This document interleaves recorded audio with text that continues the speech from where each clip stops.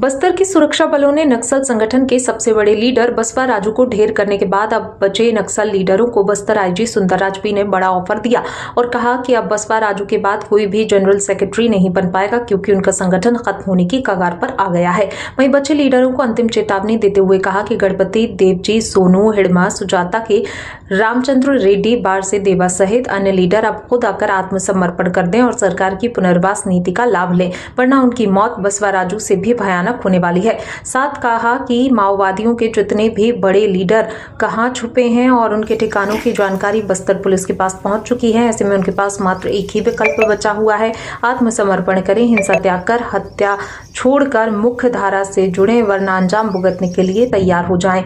वहीं उन्होंने बताया कि नक्सल चीफ बसवा राजू उर्फ जगना के ऊपर 250 से भी अधिक मामले बस्तर सहित पूरे देश में दर्ज हैं और बस्तर में जितनी भी बड़ी घटनाएं हुई जिसमें झीरम घाटी, ताड़मेटला सहित अन्य वारदातों में भी शामिल रहा है। साथ ही नक्सलियों द्वारा बस्तर जिले में बड़ी बड़ी घटनाओं को अंजाम देने के बाद जो हथियार लूटे थे उसे भी 21 मई 2025 को सुरक्षा बल के जवानों ने मुठभेड़ में नक्सलियों को मार गिराकर सभी लूटे हुए हथियार को बरामद किया। सुरक्षा बल के पास छुपे हुए सभी नक्सलियों की जानकारी है। उसी के तहत वर्ष 2024-25 में सुरक्षा बल के जवानों को बड़ी सफलता मिली है। उसी अभियान के तहत आने वाले दिनों में सुरक्षा बल को बड़ी सफलता मिलेगी। ब्यूरो चीफ अनिल राव की रिपोर्ट।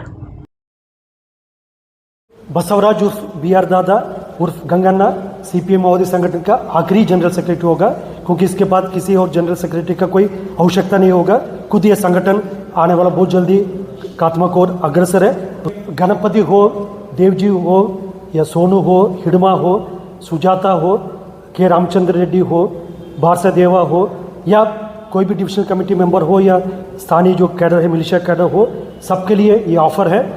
यदि अपना जान बचाना चाहते होगा, आखिरी मौका उनके पास, शासन की जो आत्मसमर्पण और पुनर्वास पॉलिसी का फ़ायदा उठाए, हिंसा त्याग करे, हथियार छोड़े, आकर आत्मसमर्पण करे, अन्यथा उनका अंत बहुत जल्दी होगा। वो भी काफ़ी भयानक तरीका जिसके बाकी जो माओवादी कैडर जो हिंसा का आड़ लेकर क्षेत्र के ग्रामीण को नुकसान पहुंचाए थे, कई लोग मोर्चा बह गया CPM माओवादी संगठन के सरगना बसवराजू के ऊपर। लगभग 250 से अधिक आपराधिक प्रकरण के बारे में हमको अभी प्रथम आंकलन में जानकारी प्राप्त हुआ। अभी भी एक सब बड़ी बड़ी वारदात है, जैसा ताड़मेटला जो घटना है जिसमें जो हथियार लूटा गए थे, वो हथियार जो AK-47 लूटा गए थे, वो हथियार को दिनांक 21 मई को सुरक्षा बल ने वापस बसवराज से रिकवर किए गए थे। ये काफ़ी एक बड़ी और उल्लेखनीय विषय है। उसी प्रकार का जो 2017 का बुरकापाल के जो घटना के जो हथियार लूटा गए थे, वो हथियार भी उस मुठभेड़ के पश्चात रिकवर किए गए थे। और महिमा गवाड़ी में जो कौशल नार में जो जिला नारायणपुर के जो मुठभेड़ में जो हथियार लूटा गए थे, उस हथियार को भी सुरक्षा बल द्वारा 21 मई को बरामद किए गए थे वापस। इस प्रकार बाकी हथियार का भी हम जांच पड़ताल कर रहे थे। और बड़ी बड़ी जो घटना जैसा झीरम का घटना हो या ताड़मेटला का घटना हो और बुरकापाल की घटना हो और जैसा ये वाला जो जितना भी जो जारा घाटी की घटना हो, इसमें प्रत्यक्ष रूप से अप्रत्यक्ष रूप से जो बसवराज का कहीं ना कहीं हाथ है, उनके कॉन्स्पिरेसी के कारण से इन सब बड़ी वारदात हुआ। इसके अलावा और भी सैकड़ों की संख्या में जो वारदात में इनका भूमिका स्पष्ट रूप से सामने आ रहा है, वो सब विषय को हम लोग जांच पड़ताल कर रहे हैं, विवेचना कर रहे हैं। और उनके ऊपर अलग अलग राज्य में अलग अलग इनाम का घोषणा है।